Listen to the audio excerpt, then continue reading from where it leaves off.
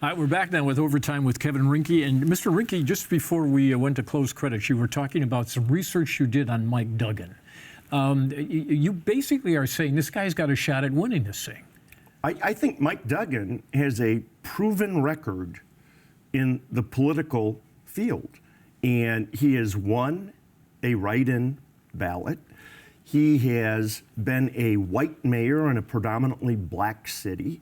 He has accomplished, whether you agree with his politics or not, position in power that very few, if any, people in my lifetime in Michigan have been able to achieve. So he's an interesting deal. I'll take it a step further. And for the first time in Michigan's history, we're going to elect a governor if we have 3 candidates with under 50% of the vote that I'm aware of, and maybe under 40% of the vote, the way things are trending, and quite possibly with 35% of the vote. That, to me, is startling. So, as you were looking at this, was there a particular amount of money you were willing to spend on a gubernatorial race? Yeah, I thought when I went through and I looked at my last run, and I invested just under $10 million in my last run. And it was money well spent. I wasn't trying to buy the seat, I was investing in Michigan. Mm-hmm. I thought then, and I think today, that to break out of the pack, that you have to have a candidate that has $15 to $20 million. For just the primary? Yeah. Yeah. Yeah, it's going to be a god-awful expensive election cycle for governor, for Senate.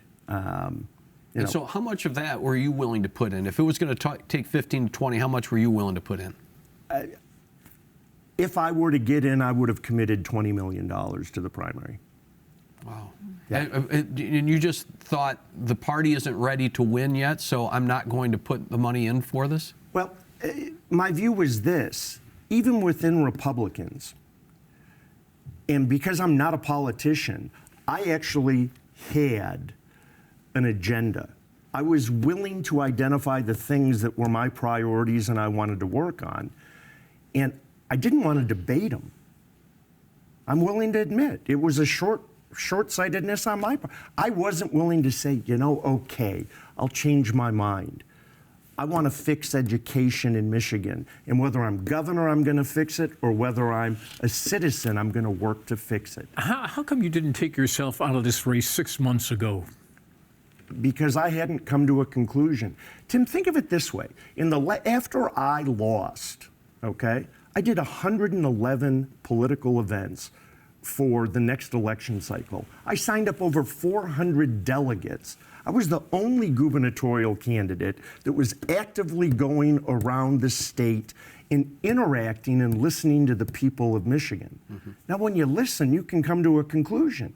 Can I bring these people together, or are they too far apart? Even within my own party, to say that investment, that time commitment was right for myself and my family. And I came to the conclusion that we didn't need Kevin Rinke and Perry Johnson, and I suspected that Perry was going to run for a long time.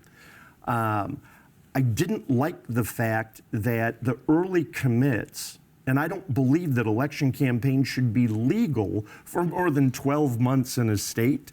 We had people that 20 months out. Hell, we had John James announce he wanted to run for governor 59 days after he got elected a congressman. That's screwed up.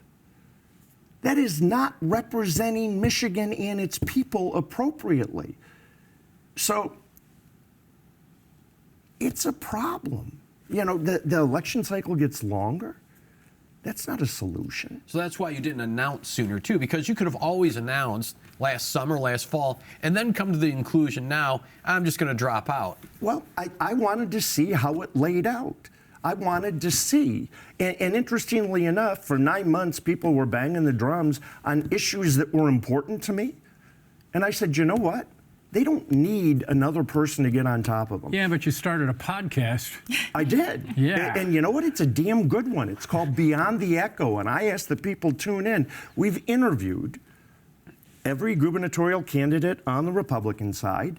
I have sent letters, certified letters, and offers to Gretchen Whitmer, to Jocelyn Benson, to Duncan Gilchrist. Duncan is his first name? Garland. I'm sorry. There's a Duncan Gilchrist that I know. To Garland Gilchrist. I would love to have them all. And if you watch that, it's their opportunity to talk to the audience that I believe is going to decide the election in Michigan.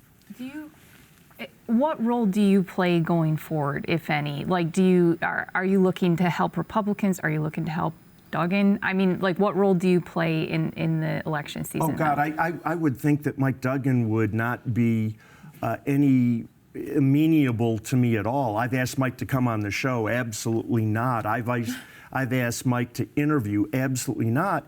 And here's the deal. I ask Republicans hard questions. I would ask those same hard questions of Mike Duggan and of any Democrat that comes on the show, because they're the questions that people actually want to have answers to. So then is it wrong for him to say that I'm not going to address national issues? I'm running for a state office. Do you buy that line? Well, That's a yes or no. yes, I do buy that line. So you can bail out on an issue that may impact in Michigan under the line that, well, it's a federal issue. If you are saying that it's 100% of the time or not, then I would say, well, no, then you cannot. But the focus should be on state issues. But federal issues impact state issues, Mr. Rinke. Yes, they can. And the press likes to distract. And you guys come up with some really great points that aren't necessarily pertinent to the election in Michigan.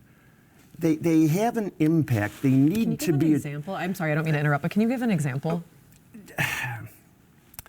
So,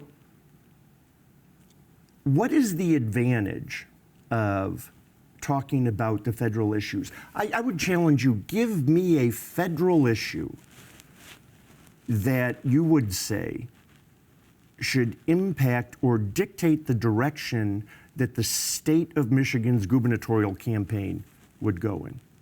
Well, what about the one we just mentioned at the top of the show, federalizing elections? Yeah. I personally, I chuckled. I think I laughed, Beth, like you did.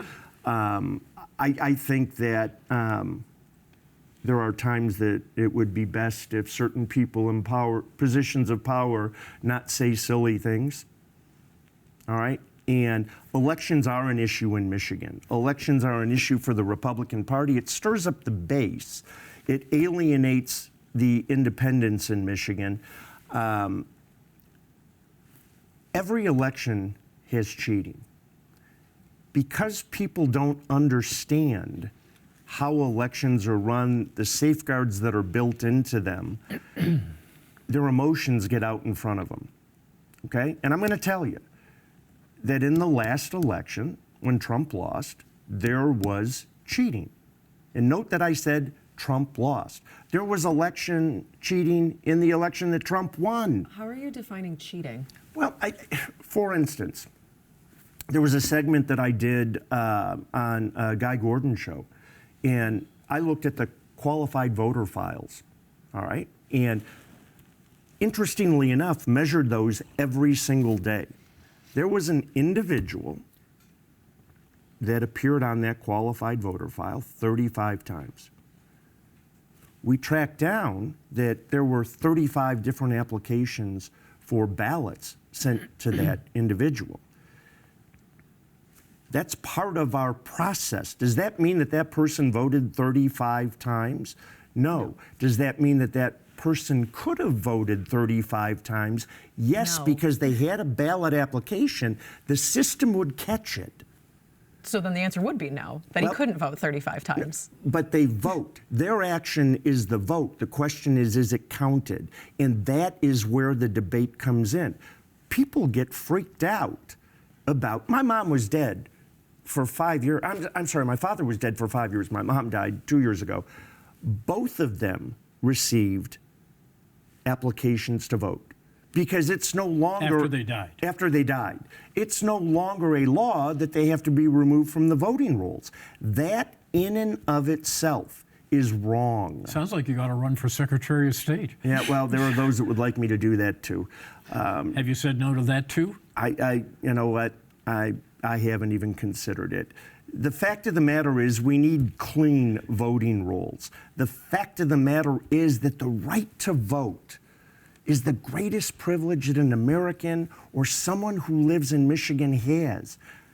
And if you don't have confidence, it's incumbent on the government to build that confidence through their acts and actions to ensure that you believe that your vote matters, that one person, one vote.